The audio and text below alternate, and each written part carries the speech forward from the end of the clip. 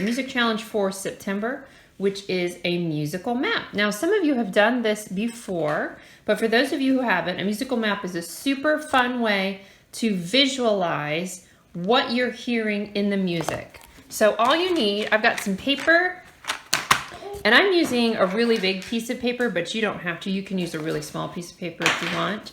And I've got some markers, but you can use crayons, colored pencils, whatever you like to draw with. So the first thing that we're going to do is we're going to listen to the music. Now, for those of you who are in Museo Clementi's conservatory, your assigned piece is going to be the Sonatina in C major, Opus 36, number 1. And it sounds like this. Let's listen.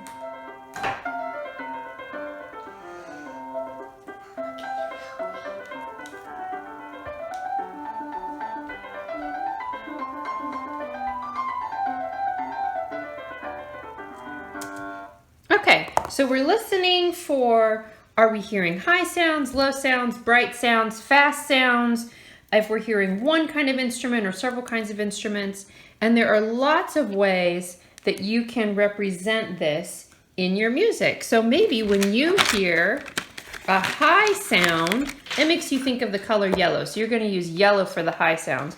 Maybe when you hear a bouncy sound, like when you hear a lot of staccato, it makes you think of red, so you're going to use red. It can be whatever you think, okay? It doesn't have to be what I just said.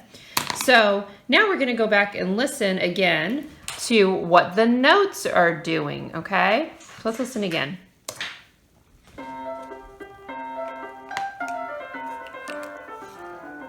Okay, so right away, I kind of hear a part in the left hand that's staying steady. So I'm going to draw something that stays steady.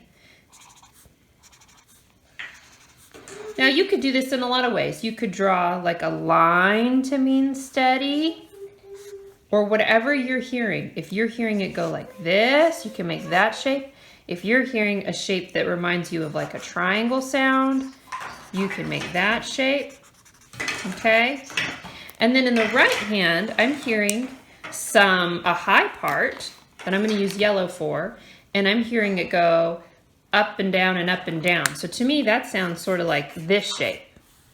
Da da da da da da da da da da da da da da da da da.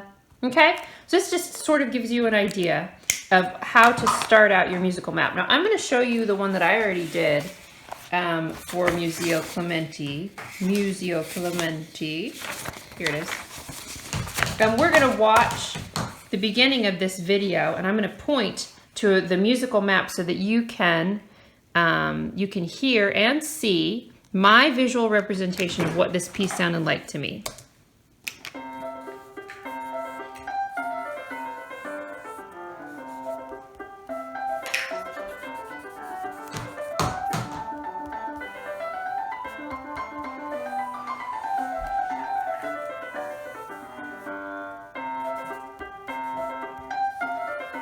Okay, do you get the idea?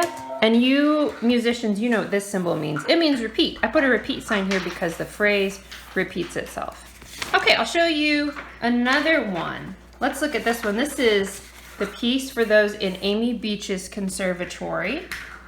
And that piece is called Hermit, Thrush at Eve. Okay, so this is Hermit, Thrush at Eve. And I'm going to show you the musical map that I made for this piece.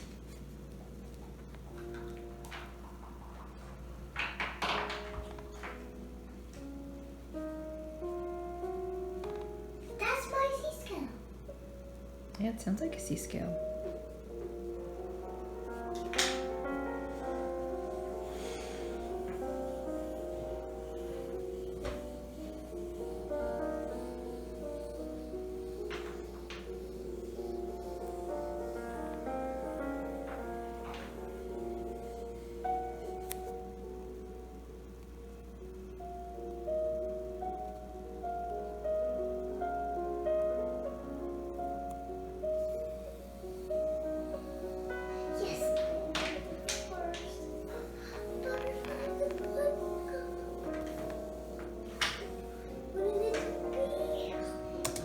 Okay, so you can especially see how on this piece, my map does not follow every single note that she's playing, right?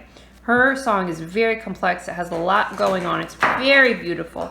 So this is showing you sort of how I perceived the shape of the music, but it is not in any way every single note that she played. And you'll also notice that I did not make a map for her entire song. I just sort of stopped when I felt done, and that is okay. Probably I got like a minute or two in and was ready to finish my piece. We don't want to spend so much time that it becomes frustrating. Only spend as much time as it's still engaging and fun. Okay, now I'm going to show you the one for those of you who are in Samuel Coleridge Taylor's conservatory, and his piece is called Petite Suite de Concert.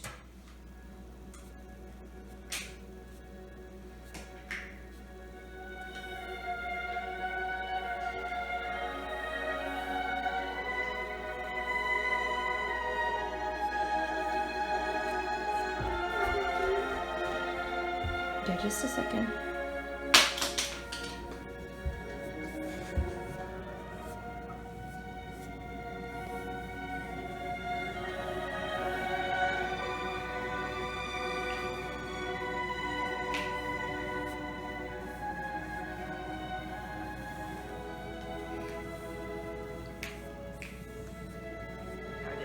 So, I hope you have a lot of fun with this activity. Use your creativity, enjoy exploring and listening to these pieces and their different styles of music, and I can't wait to see what you come up with. Have a great day!